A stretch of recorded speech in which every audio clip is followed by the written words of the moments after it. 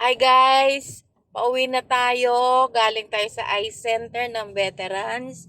At ayun na nga, awa ng Diyos, walang problema yung aking mata.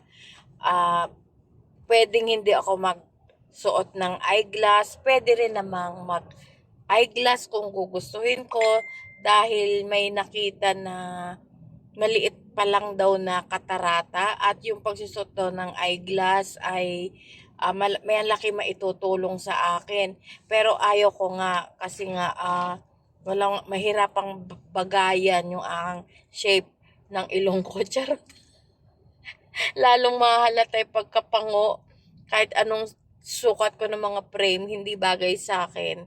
At isa pa, nagmumuka akong lola. Ayoko mukhang matanda.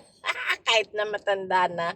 At ayun, sabi ko nga sa ophthalmologist, mabuti naman po kasi isa ko pang iisip-isipin aside from cancer and pagiging diabetic, iisipin ko pa na meron pa ng panibagong sakit, 'di ba? At ayun nga, masaya tayo kasi wala na, nabawasan. Kaya tinapos ko agad eh. Sabi nga nila, mabuti ho, madali kayong nakabalik. Gusto kong matapos na para wala na ako iniisip. Kasi nakakabasa pa ako sa edad kong 59, talagang di ako gumagamit ng reading glass.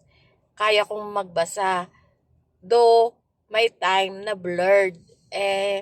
Iniisip ko lang yun nga dahil sa minsan mataas yung sugar. Kaya minsan hirap ako magbasa. Kaya yon sa edad ko 59, wala pa tayong reading glass o kahit na anong prescription glass. Pero guys hindi ako mahilig sa gulay. Hindi ako kumakain ng kalabasa. Kaya sabi ko, hindi totoo yun. Yun lang guys. Bye!